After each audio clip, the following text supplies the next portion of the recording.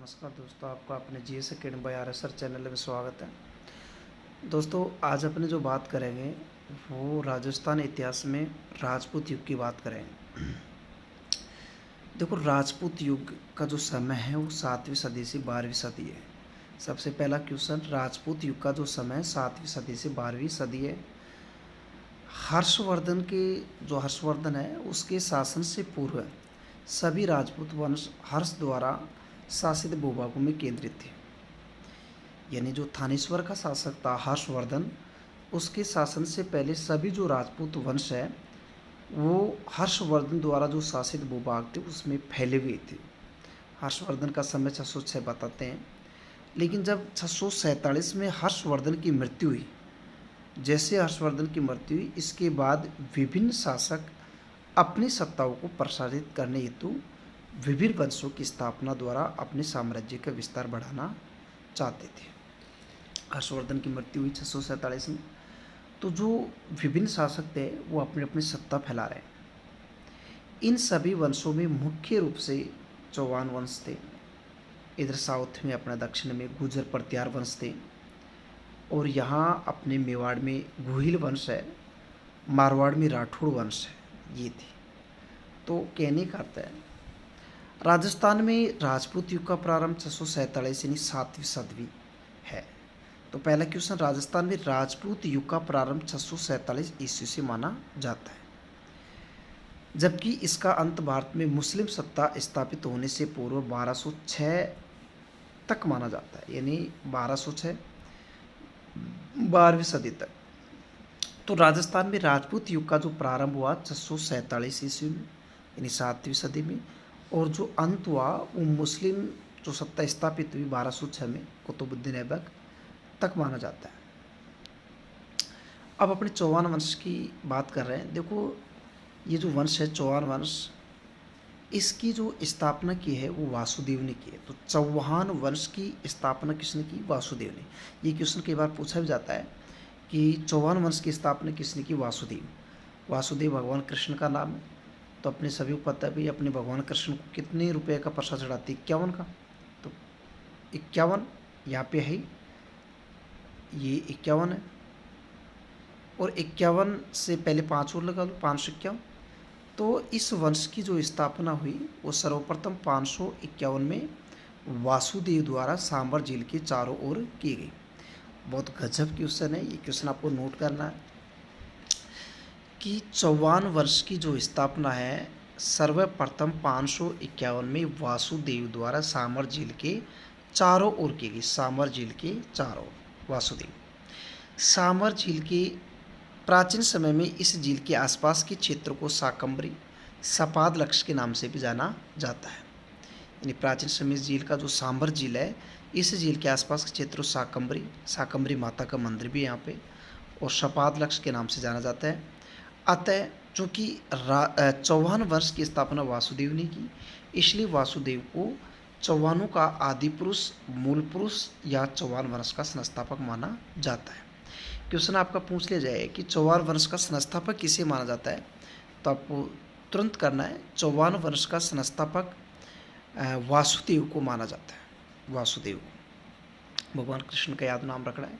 और सांबर झील के आसपास जो सांबर झील है, इस झील यानी इस चौहान वंश की जो राजधानी है वो अहिछत्रपुर थी, जो कि वर्तमान में नागौर में है। इसके बाद में दोस्तों फिर देखते हैं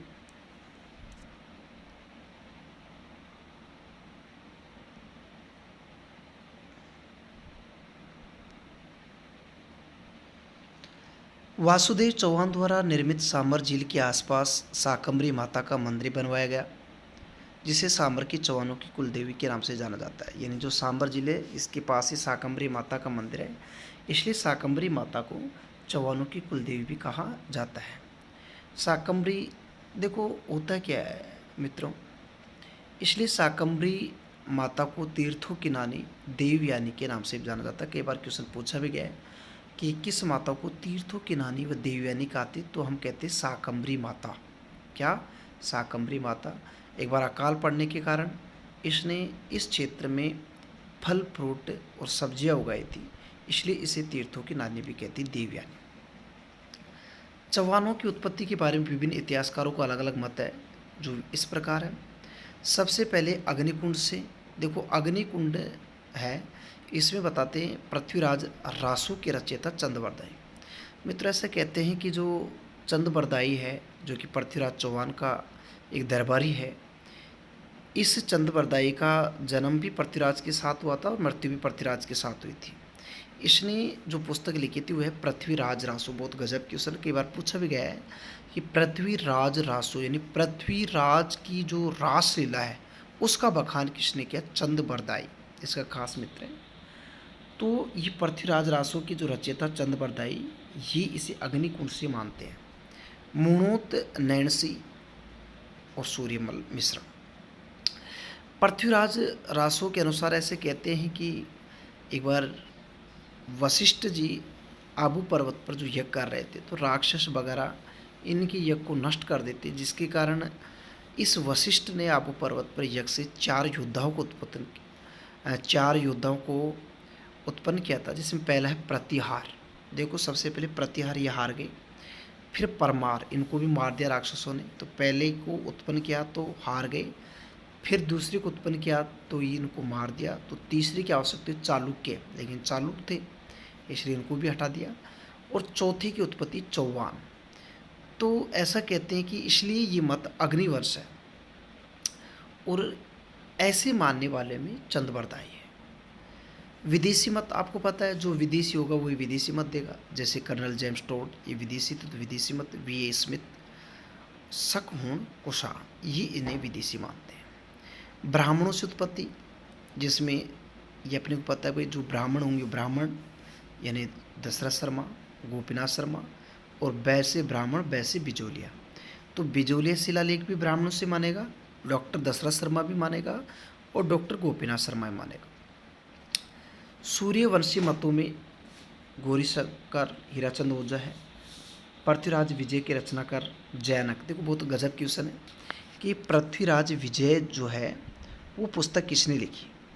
देखो पृथ्वीराज जो विजय है ये लिखी है जयानक। देखिए इसमें देखो एक पृथ्वीराज विजय जय आ रहा है और इसमें भी देखो जय आ रहा है, तो आपको गलत नहीं करना, पृथ्वीराज विजय ये लिखेगी विजय जयानक।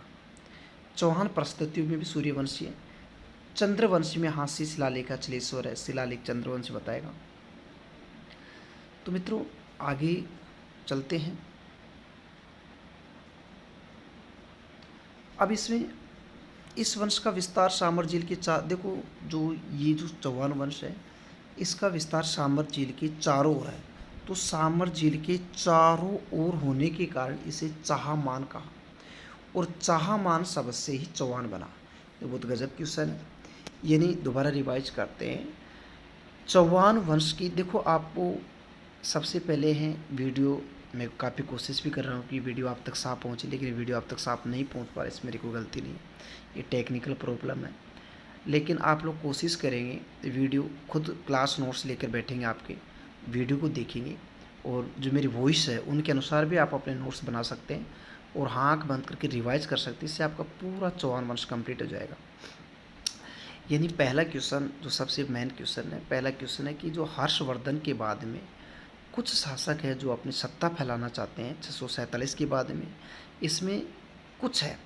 तो दोस्तों सबसे पहले जो चंद्रबरदाई है, जो कि आपका पृथ्वीराज रासो लिखता है, ये कहता है कि वशिष्ठ के द्वारा जो आबू पर्वत पर यज्ञ किया गया था इससे चौहानों की उत्पत्ति होती है। इसमें से जो वासुदेव है, इस वासुदेव यही चौहान वंश का संस्थापक। क्वेश्चन कई बार आता है। वासुदेव यानी भगवान कृष्ण को अपने 51 का प्रसाद चढ़ाते थे, 5 को लगाते 551, यानी चौहान वंश की स्थापना 551 ईस्वी में सामर झील के आसपास वासुदेव के द्वारा की गई। अभी तक एक ही प्रश्न है। और सामर झील के आसपास के क्षेत्र को चाहमान कहते हैं, चाहमान से चौहान बना है, ठीक है। इसकी राजधानी अहिछत्रपुर नागौर थी, इतना सा याद करना भी अपने। इसके मत थे, मत हमें याद थे। मतों में मैंने बताया था कि भाई सबसे पहले अग्निवंश में आपको पता है कि पृथ्वीराज रासो की रचयिता चंद्रबरदाई है। इसके अलावा विदेशी मत, विदेशी में आपको पता है विदेशी हो गए कर्नल जेम्स टोड है, वी स्मिथ है। ब्राह्मणों में डॉक्टर दशरथ शर्मा, जो ब्राह्मण होंगे ब्राह्मण मत मनाएंगे, डॉक्टर दशरथ शर्मा, गोपीनाथ शर्मा बिजोलिया है। इसके अलावा सूर्यवंशी है। देखो सामर्थ के चौहानों के प्रमुख शासक है, जिसमें से सबसे पहले आपको वासुदेव, फिर सामंतराज नरदेव है, जयराज है, विग्रहराज फर्स्ट है, चंदनराज फर्स्ट है, दुर्लभ राज फर्स्ट है, गोवक फर्स्ट है, चंदनराज सेकंड है, गोवक सेकंड, वाकपति राज है, सिंहराज है, विग्रहराज है, दुर्लभ राज है, गोविंद राज है, वाकपति राज है, पृथ्वीराज है और अजय राज है। यहाँ तक में 2-3 को याद करना, बाकी अपने को याद नहीं करना क्योंकि इम्पोर्टेंट नहीं। सबसे पहले वासुदेव के बारे में पढ़ चुके हैं कि बिजोलिया शिलालेख के अनुसार वासुदेव को सांबर झील का निर्माता माना जाता है।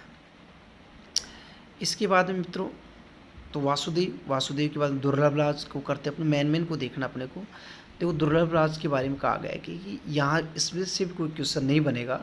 यह प्रतिहार शासक वत्सराज का सामंत था। दुर्लभ राज जो था ये वत्सराज का सामंत था। इसने वत्सराज के साथ मिलकर पाल वंश के राजा धर्मपाल को हराया था त्रिकोण संघर्ष में। इसी शासक के समय सर्वप्रथम अजमेर पर मुस्लिम आक्रमण हुआ। क्यों ये क्वेश्चन कभी रेयर अभी तो पूछा नहीं गया है, लेकिन पूछ सकता है कि किस शासक के समय सर्वप्रथम अजमेर पर मुस्लिम आक्रमण हो। आपको पता है सबसे पहले उसी पर आक्रमण होगा जो दुर्लभ हो, कमज़ोर हो, तो इसका नाम ही दुर्लभ है। इसलिए आपको ऑप्शन देखते ही करना है कि दुर्लभ राज फर्स्ट के समय अजमेर पर मुस्लिम आक्रमण, और कोई क्वेश्चन नहीं बनेगा। नेक्स्ट गोवक फर्स्ट, हाँ क्वेश्चन बन सकता है यहाँ से गोवक फर्स्ट से। देखो यह प्रतिहार शासक नागभट्ट सेकंड का सामंत था, लेकिन बाद में इसने प्रतिहारों के अधीन रहने से अस्वीकार कर दिया। इस प्रकार यह प्रथम शासक था जिसने प्रतिहारों की सत्ता को मानने से मना कर दिया। गोवक, देखो नाम है इसका गोवक, तो ये पहला शासक था जिसने प्रतिहारों की सत्ता मानने से मना कर दिया। जो आपका क्वेश्चन बनेगा वो ये बनेगा कि इसी ने सीकर जिले में हर्षनाथ मंदिर का निर्माण हर्ष की पहाड़ियों पर करवाया था। क्वेश्चन बन सकता आपका कि किस शासक ने सीकर जिले में हर्षनाथ मंदिर का निर्माण हर्ष की पहाड़ियों पर करवाया था। आप माता जीर्ण और हर्ष भैरव की कहानी लोग देवी में पढ़ चुके होंगे या क्लास वीडियो देख चुके होंगे, बाकी देवी में आपका हो गया। तो जो जीर्ण माता और जो हर्ष है, तो जो हर्षनाथ मंदिर है वो गोवक ने बनाया था। ठीक है। नेक्स्ट है चंदनराज सेकंड। इससे कोई ज़्यादा क्वेश्चन नहीं है, लेकिन इसकी रानी से क्वेश्चन बन सकता है, तो अपने देखेंगे। देखो चंदनराज सेकंड की जो रानी थी इन्हें रुद्राणी कहते हैं। चंदनराज रुद्राणी, जिसे इतिहास में आत्म प्रभा भी कहते हैं। ऐसा कहते हैं कि काल सर्प योग से मुक्ति पाने के लिए ये शिव जी की प्रतिदिन पुष्कर में 1000 दीपक जलाया करती थी। तो इसकी पत्नी से कोई क्वेश्चन बन सकता है, बाकी क्वेश्चन नहीं बनेगा। नेक्स्ट है अपने वाकपति राज फर्स्ट है। इन्होंने बपराज की उपाधि धारण की एवं लगभग 188 युद्ध लड़े, जिनमें से विजय प्राप्त की। वाकपति राज है। नहीं क्वेश्चन आएगा। सिंहराज महाराजिद्राज की उपाधि धारण की, कोई क्वेश्चन नहीं बनेगा। विग्रहराज सेकंड है, देखते हैं। यह चौहान शासक प्रारंभिक चौहान शासकों में सबसे अधिक महत्वपूर्ण था। विग्रहराज, इसने अनिल पाटन के चालुक्य शासक मूलराज फर्स्ट को पराजित किया एवं बड़ौच में आशापुरा का माता मंदिर बनवाया। यह आशापुरा माता बाद में जालोर के चौहानों की कुलदेवी है। आशापुरा माता जो कि जालोर के चौहानों कुलदेवी है। हर्षनाथ को सामर के चौहानों को कुलदेवता भी कहा जाता है। तो मित्रों कहने का अर्थ विग्रहराज सेकंड से एक आशापुरा का क्वेश्चन बन सकता है, बाकी कोई नहीं। वाकपति राज सेकंड, कोई क्वेश्चन नहीं बनेगा। वाकपति राज सेकंड इस चौहान शासक ने मेवाड़ में गुहिल वंश के शासक अंबा प्रसाद की आसपास युद्ध में हत्या कर दी थी। इसी शासक के पुत्र लक्ष्मण सिंह ने 960 में चौहानों की नाडोल पाली शाखाओं को स्थापित किया। ये क्वेश्चन आपका बन सकता है। देखो कि मित्रों जो चौहान है, इन चौहानों में कुछ क्वेश्चंस अपने को देखना है। चौहानों का जो वृक्ष है, वंश का जो वृक्ष है, इसको देखना है। देखो चौहान सामर शाकंभरी की चौहान आपको पता है, वासुदेव संस्थापक रहेगा, यहीं से चौहानों की उत्पत्ति होगी। इसके बाद में नाडोल के चौहान है जिसका संस्थापक लक्ष्मण सिंह है ही, नाडोल पाली लक्ष्मण सिंह। इसके बाद में मित्रों अजमेर के चौहान है। अजमेर के चौहानों का अजय राज है। अजय राज के नाम पर ही अजमेर है।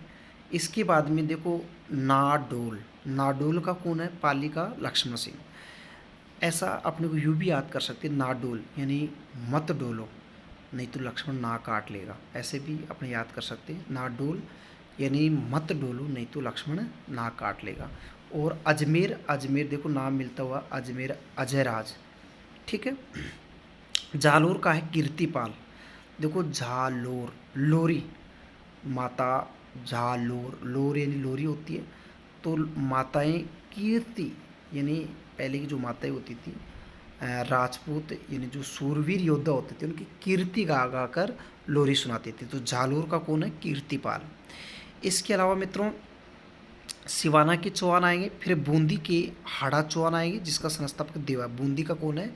देवा, यानी जो देवता होते हैं उनके अपने क्या चढ़ाते हैं? बूंदी। तो देवताओं को क्या चढ़ाएंगे? बूंदी। इसके अलावा देवताओं को अपने बूंदी चढ़ाते हैं। सिरोही का है लुम्बा, सिरोही का कौन है? लुम्बा। तो लुम्बा देखो, लुम्बा यानी सिर, अपना सिर लंबा होता है तो ऐसे याद कर लेंगे। सिरोही का कौन है? लुम्बा, सिरोही का लुम्बा, सिर लंबा होता है। और रणथंबोर का है गोविंदराज, रणथंबोर का रणथंबोर, रणथंबोर का गोविंदराज। देखो दोबारा याद करते हैं, कोशिश ये बहुत अच्छा है, क्वेश्चन कई बार आ भी जाते हैं। सबसे पहले सांबर का वासुदेव सबको पता है। इसके अलावा सांबर, फिर नाडोल पाली, नाडोल यानी मत डोल नहीं तो लक्ष्मण नाक काट लेगा, नाडोल पाली का लक्ष्मण। इसके अलावा अजमेर का अजयराज है, अजमेर का अजयराज उससे पता लग रहा है। इसके अलावा सिवाना है।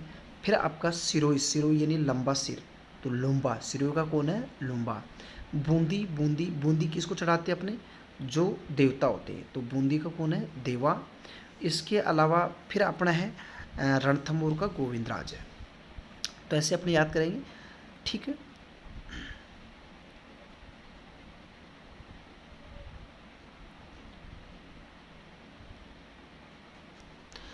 अब दोस्तों अपने सीधे आ जाते हैं अजयराज पर। देखो अजयराज का समय 1100, 1300, 1133 है।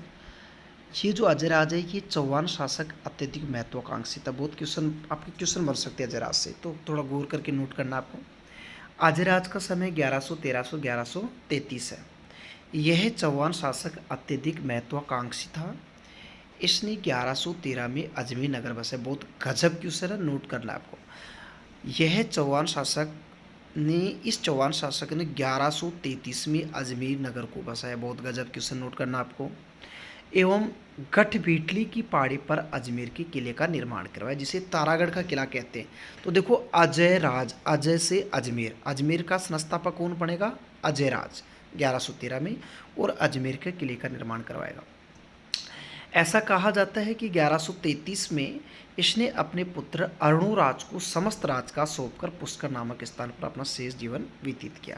ये लास्ट में अपने पुत्र अरुणोराज को गद्दी सौंप देता है और पुष्कर चला जाता है, ठीक है। दो ही क्वेश्चन बनेंगे अजयराज से, अजमेर का संस्थापक है और अजमेर के किले का निर्माता है। नेक्स्ट है अरुणोराज, जिसका समय 33 से 55 है।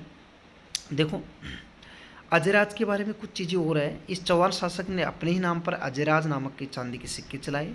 सिक्कों पर अपने पत्नी सोमलवती का नाम भी मिलता है। इन्होंने अपनी राजधानी अजमेर को बनाया एवं मालवा के परमार शासक नरवर्मन को पराजित किया, ठीक है। इसके बाद में अब अजमेर का जो किला है, देखो दो क्वेश्चन थे मैंने बताया, मेन दो ही क्वेश्चन है, अजमेर की स्थापना और अजमेर का किला। अजमेर के किले को अपने गढ़बीटली भी कहते हैं, राजस्थान का जिब्राल्टर कहते हैं गढ़बीठली, राजस्थान का जिब्राल्टर भी, राजस्थान की कुंजी कहते हैं, राजस्थान का हृदय कहते हैं, अरावली का अरमान कहते हैं। इसे तारागढ़ के नाम से जाना जाता है क्योंकि मेवाड़ का जो राणा था रायमल के पुत्र पृथ्वीराज द्वारा इस किले में कई महल बनवाए थे और इनके द्वारा ही अपनी पत्नी ताराबाई के नाम पर इन्हें तारागढ़ कहा दिया। इन्हें जो मेवाड़ का जो शासक है रायमल, उसका पुत्र जो पृथ्वीराज है, ये कुछ समय के लिए अजमेर आया था और अजमेर जब आया तो इसने इस किले में काफ़ी निर्माण कार्य किए और निर्माण कार्य किए तथा अपनी पत्नी के नाम पर इसे ताराबाई के नाम पर तारागढ़ कर दिया। नेक्स्ट है मित्रों अरुणोराज। देखो अरुणोराज के बारे में समय 33 से 55 है। अरुणोराज से क्वेश्चन बनेगा जो कि आना सागर। देखो अजयराज अजमेर और आपका अजमेर का किला है। अरुणोराज से अरुणु आना सागर, आना सागर झील का निर्माण अरुणोराज करवाएगा। 33 में अजमेर के चौहान शासक अरुणोराज बने। अब होता है क्या है मित्रों कि इनके समय अजमेर पर तुर्कों ने आक्रमण कर दिया, तो अरुणोराज इससे बदला लेने के लिए क्या करते हैं कि जो नाग पहाड़ है और तारागढ़ है इसके मध्य इन्होंने तुर्कों को मरवा दिया। एक तरफ नागपाड़ हो जाएगा, जैसे अपने यूँ करते हैं, ये आपका सपोज करो नागपाड़ है और ये आपका तारागढ़ है।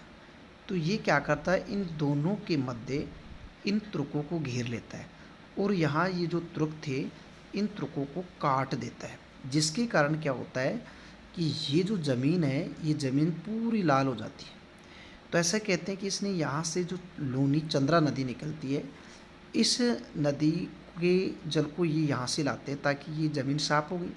बाद में स्थानीय लोगों के सहयोग से यहाँ पर इस जगह एक पाल बना दी, जिससे ये आपकी आना सागर झील बनेगी। ठीक है, तो कह रहे हैं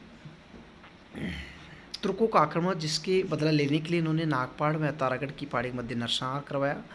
इस युद्ध के बाद यहाँ की खून से लथपथ भूमि को स्वच्छ बनाने के लिए नागपाड़ से निकलने वाली लूनी नदी चंद्रा नदी का पानी रोककर झील का निर्माण करा, जिसे आना सागर झील कहते हैं।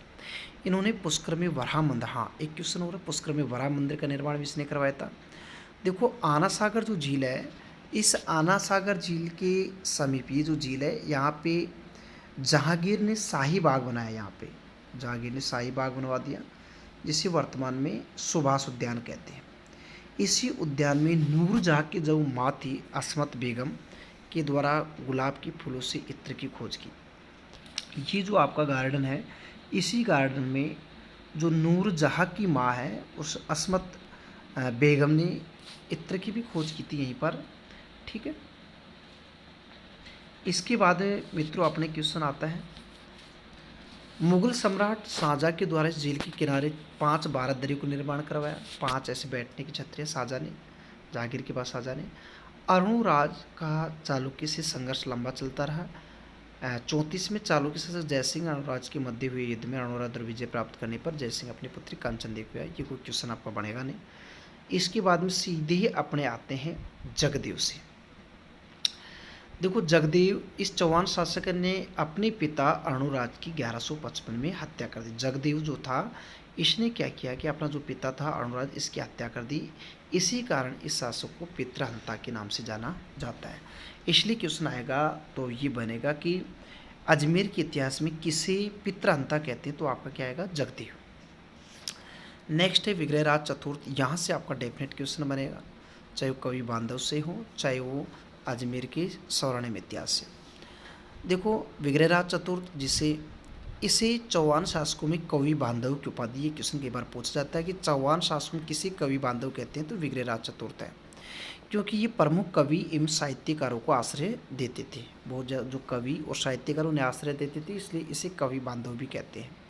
इनके जो दरबारी कवि है, जिसमें जैसे सोमदेव है, नरपति नाल, ये क्वेश्चन आएगा आपका डेफिनेट आएगा कि सोमदेव व नरपति नाल किसके दरबारी कवि थे। देखो अभी तक जो अजमेर के जो चौहान हैं इनमें कोई खास कवि नहीं है।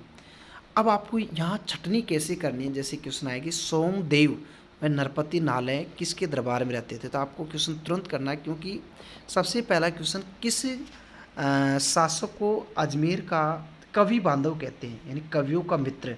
तो ये दोनों कवि, अभी तक कोई कवि नहीं आया है, अभी तक कोई राजा ऐसा नहीं जिसने कवियों को आश्रय दिया है। तो सोमदेव और नरपति नाल ये आपकी विग्रहराज चतुर्थ के दरबारी कवि थे। सोमदेव ने ललित विग्रहराज, और जिसमें विग्रहराज एवं परमार राजा भोज की पुत्री के प्रेम विवाह का वर्णन किया गया है। इसके बाद में फिर आपका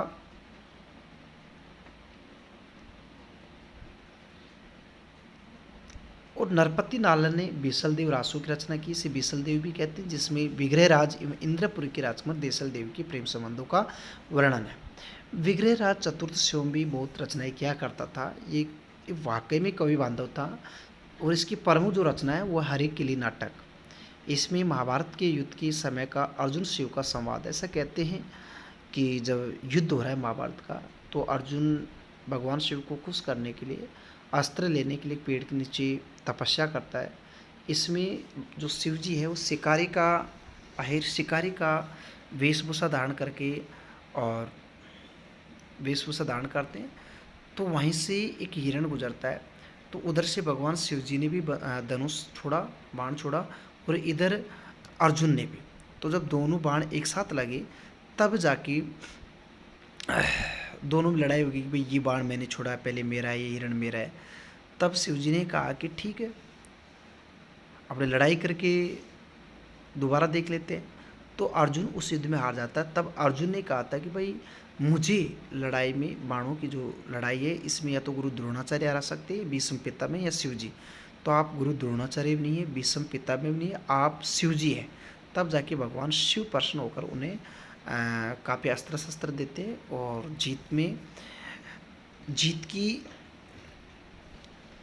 जीत का आशीर्वाद देते हैं। तो ये जो संवाद है, ये संवाद का वर्णन है हरि के लिए नाटक, बाकी और कुछ नहीं है। विग्रहराज चतुर्थ ने बीसल देव अजमेर में संस्कृत, हाँ ये क्वेश्चन बन सकता है, जो कि विग्रहराज चतुर्थ था, इसने अजमेर में एक संस्कृत पाठशाला का निर्माण करवाया था। संस्कृत विग्रहराज चतुर्थ ने, क्वेश्चन बहुत अच्छा है, नोट करके चलना आप लोगों को। जिसमें यहाँ के स्तंभों पर उन्होंने हरि के लिए नाटक की कुछ भाग भी उत्कीर्ण करवाए। लेकिन बाड़मेर में मुस्लिम सत्ता आने के बाद गोरी के सुल्तान कुतुबुद्दीन ऐबक द्वारा 94 में इस पाठशाला को ध्वस्त करवाकर एक मस्जिद का निर्माण करवाया और यह राजस्थान में स्थापित होने वाली प्रथम मस्जिद थी। यहाँ पंजाब शाह का 2.5 दिन का उर्स लगता है, इसलिए इसे 2.5 दिन का झोपड़ा भी कहते हैं। बहुत गजब क्वेश्चन है। जो विग्रहराज है बीसल देव है, इसने अजमेर में एक संस्कृत पाठशाला बनाई है। संस्कृत, क्योंकि कवि बांधव था, हरि के लिए नाटक वगैरह खुद भी लिखता था। सोमदेव ललित विग्रहराज जैसे विद्वान रहते थे। जब संस्कृत पाठशाला बनाई, जब भारत में मुस्लिम सत्ता स्थापित हुई, तो जो कुतुबुद्दीन ऐबक है, इसने इस संस्कृत पाठशाला को तोड़वा दिया, एक मस्जिद बनाई। तो राजस्थान में जो स्थापित होने वाली पहली मस्जिद यही थी। यहाँ इस मस्जिद में पंजाब शाह का उर्स लगता है, जिसके कारण 2.5 दिन का लगता है, इसी कारण इसे 2.5 दिन का झोपड़ा भी कहते हैं। क्वेश्चन आ सकता है 2.5 दिन का झोपड़े का निर्माण किसने करवाया, तो वो आपका है विग्रहराज चतुर्थ। विग्रहराज चतुर्थ के शासनकाल को चौहानों का सवर्ण काल भी कहा जाता है। चतुर्थ ने गजनी के शासक खुसरो शाह के साथ भी युद्ध किया था और दिल्ली के तोमर वंश के शासक तंवर को भी पराजित किया था। शिवालिक स्तंभ लेखा भी इसने ही निर्माण करवाया था। नेक्स्ट है मित्रों, अब अपना आएगा सोमेश्वर। इस चौहान शासक ने 1167 में अजमेर की गद्दी पर संभाली। ये पृथ्वीराज चौहान का पिता, ध्यान रखना है। इससे सोमेश्वर का जो विवाह है वो दिल्ली के शासक अनंग पाल तोमर की पुत्री कर्पूरी देवी से हुआ है। बहुत गजब क्वेश्चन है। इनका जो विवाह दिल्ली के शासक अनंग पाल तोमर की पुत्री कर्पूरी देवी से हुआ है। इनको मूर्ति कला का विकास का श्रेय भी जाता है। इनके देखो क्वेश्चन बस यही की बात है कि मूर्ति कला के बारे में, बाकी और कोई क्वेश्चन नहीं है इनके। गुजरात का चालुक्य शासक भीमदेव सेकंड यहाँ का शासक था। गुजरात व आबू के आपसी संघर्ष में भीमदेव सेकंड द्वारा इसकी हत्या कर दी गई। बस इस समय जब इनकी हत्या हुई थी तो इनके बड़े पुत्र पृथ्वीराज तृतीय की उम्र 11 वर्ष थी। अब राजस्थान के इतिहास का एक बहुत बड़ा जो व्यक्तित्व का धनी है पृथ्वीराज तृतीय चौहान, उसके बारे में पढ़ें। बहुत गजब मज़ा आएगा आपको। हालांकि मैं कॉमेडी नहीं कर सकता, आपको हंसा नहीं सकता, क्योंकि वीडियो जो है अपलोड होने में दिक्कत आती है, इसलिए मैं आपको सीधे कंटेंट की ओर लेकर चलता हूँ। आप लोग खुद बैठकर नोट्स बनाएंगे, 1-2 बार वीडियो को देखेंगे तो आपको याद हो जाएगा, बाकी अपनी क्लास है। मित्रों, पृथ्वीराज तृतीय, सबसे पहले समय देखो 1177 से 92। बहुत गजब क्वेश्चन। पृथ्वीराज तृतीय पृथ्वीराज चौहान का समय 1177 से 92। त्राइन का सेकंड युद्ध 92 में हुआ था, उससे मृत्यु हो गई थी। पृथ्वीराज चौहान का जीवन समय समाप्त हो गया था। देखो, जब मात्र 11 वर्ष की आयु में इनके पिता का निधन हो ही गया था। मैंने बताया था कि जो आपका भीमदेव सेकंड है गुजरात का शासक, उसने इसकी हत्या कर दी थी जब इनकी मात्र उम्र 11 वर्ष थी। तो इस समय छोटे थे। तो इनकी माता कर्पूरी देवी, मुख्यमंत्री कदमवास, सेनापति भुवनमल ने इसकी सहायता की थी। पृथ्वीराज तृतीय को इतिहास में दल पंगुल एवं राय पिथौरा के नाम से जाना जाता है। बहुत गजब क्वेश्चन है। पृथ्वीराज चौहान के इतिहास में दल पंगुल एवं राय पिथौरा के नाम से जाना जाता है। 1182 में सबसे पहले इसने पंजाब की भंडारंग जाति का दमन किया। सबसे पहले तो इसने क्या किया कि अपने चाचा नागार्जुन व अपर गांगेय का वध किया था। सबसे पहले तो इन दोनों को हराया था, अपने चाचा को, नागार्जुन और अपर गांगेय को। ये बहुत बड़े दुश्मन थे, इनके चाचा थे।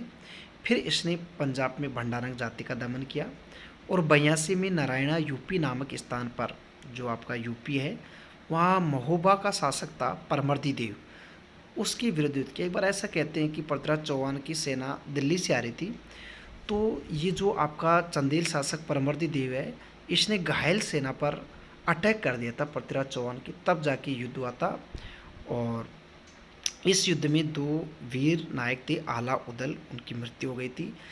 और इस युद्ध को हम इतिहास में तुमुल का युद्ध कहते हैं। तो क्वेश्चन आ सकता है तुमुल का युद्ध किसके साथ हुआ, तो आपका महोबा के शासक परमर्दी देव और पृथ्वीराज चौहान के साथ में हुआ था। इधर कन्नौज का शासक जयचंद गैडवाल, ऐसा कहते हैं दोनों मौसेरे भाई थे। ये जयचंद, जो कन्नौज का शासक जो जयचंद गैडवाल है, ये भी दिल्ली की गद्दी पर बैठना चाहता था, और इधर पृथ्वीराज चौहान भी, इसलिए दोनों में बनती नहीं थी। कन्नौज का शासक जयचंद गढ़वाल, जिसकी पुत्री संयोगिता एवं पृथ्वीराज चौहान के मध्य प्रेम संबंध होने के कारण पृथ्वीराज ने इस शासक से शत्रुता ले ली। ऐसा कहते हैं मित्रों कि दोनों जो शासक थे, ये दोनों, जो कन्नौज का शासक है जयचंद गढ़वाल और पृथ्वीराज चौहान, दोनों मौसेरे भाई थे। यहाँ दिल्ली का जो शासक है अनंग पाल तोमर, इसकी कोई संतान नहीं थी। तो जब संतान नहीं थी तो ये दोनों शासक दिल्ली की गद्दी पर बैठना चाहते थे। एक बार क्या होता है, पृथ्वीराज चौहान दिल्ली गया हुआ था। इधर जो कन्नौज का शासक जयचंद गढ़वाल, इसकी पुत्री संयोगिता भी दिल्ली में गई हुई थी।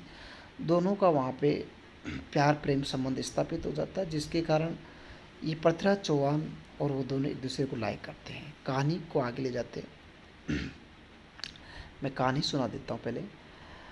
दोनों, जब इस बात का पता जयचंद को लगता है, तो वो संयोगिता को वापस अपने यहाँ पे कन्नौज बुला लेता है, और पृथ्वीराज चौहान को चिढ़ाने के लिए संयोगिता का स्वयंवर रख देता है। आसपास के राजा जो शासक थे, उन शासकों को न्योता दे देता है, और पृथ्वीराज चौहान को नहीं देता है। पृथ्वीराज चौहान भी नहीं जाते हैं। ऐसा कहते हैं मित्रों कि चारों तरफ के राजा महाराजा राजकुमार आते हैं, और जो पृथ्वीराज चौहान है उसको चिढ़ाने के लिए उसकी लोहे की मूर्ति बनाकर द्वारपाल पर रख दी जाती है।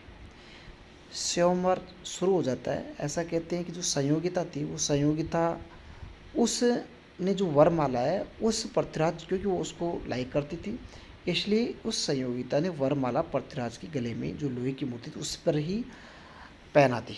इस बात का जब पता पृथ्वीराज चौहानों को लगता है, तो वो अपनी सेना सहित वहाँ पहुँचता है, संयोगिता को उठाकर उसके साथ विवाह कर लेता है। ये संयोगिता वाली कहानी है। तो जिसके कारण, कहने का मतलब है, इसने जयचंद से भी दुश्मनी ले ली। इसके बाद है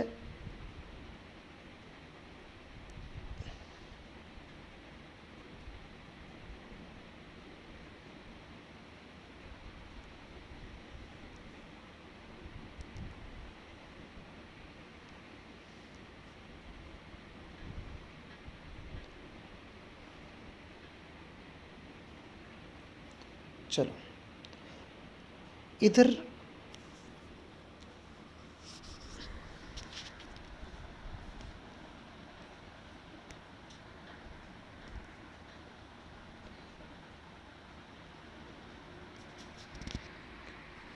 गुजरात का जो चालुक्य शासक भीमदेव सेकंड, जिसने सोमेश्वर की हत्या की थी, मैंने बताया भी था कि जो गुजरात का शासक था सोमेश्वर, जो भीमदेव सेकंड, इसने पृथ्वीराज चौहान के पिता की हत्या करी दी थी, तो वो उससे बदला लेना चाहता पृथ्वीराज चौहान, तो उससे भी उसका वो था।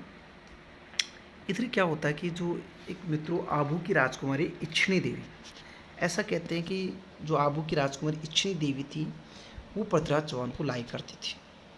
इधर जो आपका गुजरात का शासक है भीमदेव सेकंड, एक बार क्वेश्चन पटवारी या पुलिस में आया हुआ है कि पृथ्वीराज चौहान के समय गुजरात का शासक कौन है, जो आपका है भीमदेव सेकंड, ये क्वेश्चन पूछा गया है, ध्यान रखना। तो ये जो भीमदेव सेकंड है वो इच्छिणी से विवाह करना चाहता था, और इच्छिणी पृथ्वीराज चौहान को चाहती थी। इस बात का जब पता पृथ्वीराज चौहान को लगा, तो वो इच्छिणी से विवाह कर लेता है। ऐसा कहते हैं कि जब पृथ्वीराज चौहान तराइन के सेकंड युद्ध में लड़ता हुआ मारा जाता है, तो इच्छिणी देवी भी घोड़े पर बैठकर और उधर चलती है पृथ्वीराज चौहान की ओर, लेकिन एक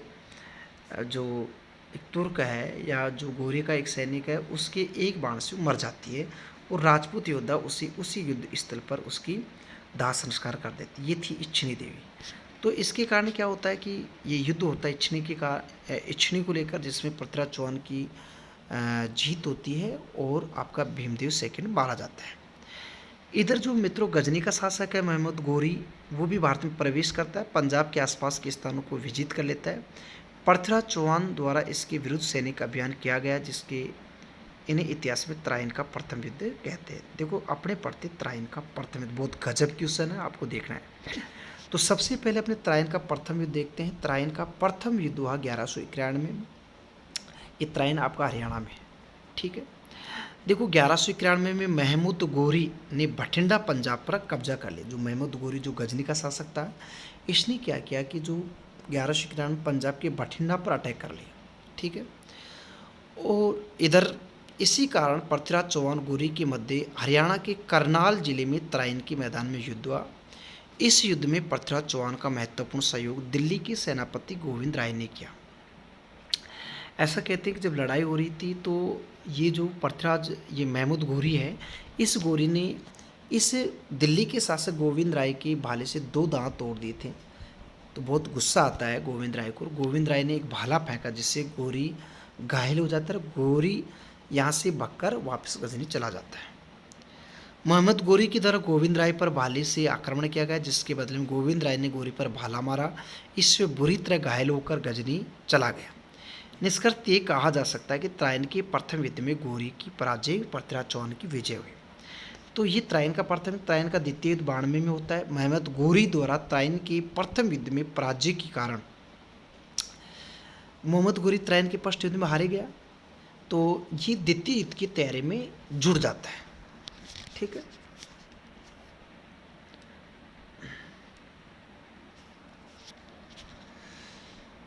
गोरी लाहौर पहुंचकर पृथ्वीराज को संदेश, गोरी लाहौर में पहुंच जाता है, पृथ्वीराज को संदेश पहुंचवाया कि भाई या तो तू मेरी अधीनता स्वीकार कर ले, इस्लाम धर्म स्वीकार कर ले। इसके बदले में पृथ्वीराज ने उत्तर दिया कि भाई आप अपने देश लौट जाओ, अन्यथा आपकी भेंट युद्ध स्थल में होगी। इसी समय पृथ्वीराज मेवाड़ के शासक, तो गोरी कहने का अर्थ मैं अपनी लैंग्वेज समझा देता हूँ। त्राइन का प्रथम युद्ध 1191 में जब हुआ तो गोविंद राय के, दिल्ली के शासक गोविंद राय के भाले से आपका जो पृथ्वीराज जो गोरी है वो घायल हो जाता है और वो वापस गजनी चला जाता है। वो युद्ध पृथ्वीराज चौहान जीत जाता है। लेकिन जो गोरी है वो वापस पुनः युद्ध के लिए आता है और लड़ाई होती है, जिसमें 1192 की बात है। तो होता है क्या है कि ये सबसे पहले तो 92 में गोरी एक संदेश भिजवाता है कि भाई तू या तो आप इस्लाम धर्म को स्वीकार कर लो या मेरी अधीनता स्वीकार कर लो, लेकिन पृथ्वीराज चौहान मना कर देता है। इधर गोरी इस युद्ध का बदला लेने के लिए काफ़ी संघर्ष करता है, काफ़ी तैयारी करता है, लेकिन पृथ्वीराज चौहान ऐसे कहते हैं मित्रों कि युद्ध तो नहीं करता है, लेकिन वो जो उसका जो नया नई शादी होती है संयुक्ता के साथ, वो उसको लेकर काफ़ी एक्साइट रहता है। वो ऐसा कहते हैं कि वो किसी से मुलाकात ही नहीं करता है, वो संयुक्ता के साथ रहता हमेशा। लेकिन जब चंद्रबरदाई कहता है कि मित्र अब आप इसको छोड़ो और युद्ध की तरफ चलो, तब जाके वो उसने सोचा कि मैंने पहले घमंड में रह जाता है, मैंने पहले भी गोरी को हरा दिया, अब क्या मुझे हराएगा। इसलिए वो थोड़ी सी सेना, यानी गोविंद राय हुई था, 2 दांत टूटी हुई थी, और मेवाड़ का शासक समर सिंह की कुछ सेना लेकर वो वापस त्राइन के युद्ध में चला जाता है। गोरी चालाकी करता है, थोड़ा सा इधर देखते हैं नोट्स की तरफ। इसी समय पृथ्वीराज मेवाड़ के शासक समर सिंह एवं दिल्ली के सेनापति गोविंद राय के साथ थोड़ी सी सेना लेकर त्राइन में पहुंच जाता है। तो होता क्या है कि जो महमूद गोरी है उसने क्या है कि धोखा किया। उसने पृथ्वीराज चौहान को एक संदेश भिजवाया कि भाई हम आपसे संधि करना चाहते हैं। तो इधर पृथ्वीराज चौहान की सेना संधि के चक्कर में उल्लास मना रही थी, वो संधि के चक्कर में रह गई। और जब सुबह 4 बजे राजपूत सैनिक फ्रेश फ्रेश होने के लिए गए, उसी समय गोरी की सेना ने अटैक कर दिया। ऐसा कहते हैं कि पृथ्वीराज जो चौहान था, चंद्रबरदाई अपनी पुस्तक में लिखता है रासों में कि पृथ्वीराज घबराकर सिरसा हरियाणा भाग गया और वहाँ उसे गोरी ने उसे बंदी बना लिया और गजनी ले गए। अब गजनी जब ले जाया गया तो पृथ्वीराज चौहान राजपूत था, सेना तान कर गोरी के सामने खड़ा हो जाता है। गोरी ने कहा कि भाई आप ये जो आंखें नीचे करो। पृथ्वीराज चौहान ने कहा कि मैं राजपूत, मैं आंखें नीचे। नहीं कर सकता, सिर कटा सकता हूँ, आँखें नीचे नहीं कर सकता हूँ। तो ऐसे कहते हैं गोरी ने पृथ्वीराज चौहान की आँखें फोड़वा दी। इस बात का पता जब चंद बरदाई को लगा तो वो वहाँ गजनी पहुँचता है और जो गोरी है, गोरी को समझाता है कि भाई मैं फ़कीर के वेश में आया हूँ, और ऐसा कहते हैं कि ये जो शासक है, ये शासक शब्द वेदी बाण चलाने में निपुण है। कैसे भी करके गोरी को पटा लेता है। जब उसकी मुलाकात पृथ्वीराज चौहान से होने देती तो पृथ्वीराज चौहान अपने दोस्त को आवाज़ से, लैंग्वेज से पहचान लेता है। तब जाके दोनों कुशल क्षेम पहुँचते हैं और हिंट संकेत में चंद बरदाई पृथ्वीराज चौहान को समझा देता है कि किस प्रकार से आपको शब्द वेदी बाण चलाने और महमूद गोरी की हत्या करनी है। दरबार लगाया गया जाता है मित्रों। अब चंद बरदाई थोड़ा सा अपने दिमाग से, बुद्धि से काम लेता है। उसने कहा कि भाई राजा आदेश देगा जब ही पृथ्वीराज चौहान बाण चलाएगा। तो जैसे ही राजा ने आदेश दिया भाई बाण चलाओ, तब पृथ्वीराज चौहान को ये तो पता लगे कि आवाज़ इधर से आ रही है। इसी समय चंद बरदाई एक वाक्य बोलता है कि 4 बाँस 24 गज अंगुल अष्ट प्रमाण ता ऊपर सुल्तान है मत चुके चौहान। पृथ्वीराज चौहान पहचान जाता है कि वहाँ पे गोरी बैठा है और बाण चल जाता है। बाण जब चला तो गोरी मारा जाता है, गोरी मरता है। तो इधर चंद बरदाई सैनिक पूरे चंद बरदाई और पृथ्वीराज चौहान की तरफ भागते हैं। इधर जो आपका चंद बरदाई, इसने एक तलवार से सबसे पहले तो पृथ्वीराज चौहान की मतलब हत्या करता है और फिर खुद मर जाता है।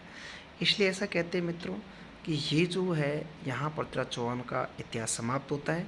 पृथ्वीराज चौहान का इतिहास ही नहीं, राजस्थान में और भारत में चौहानों का वंश समाप्त होता है और मुगलों का वंश शुरू हो जाता है।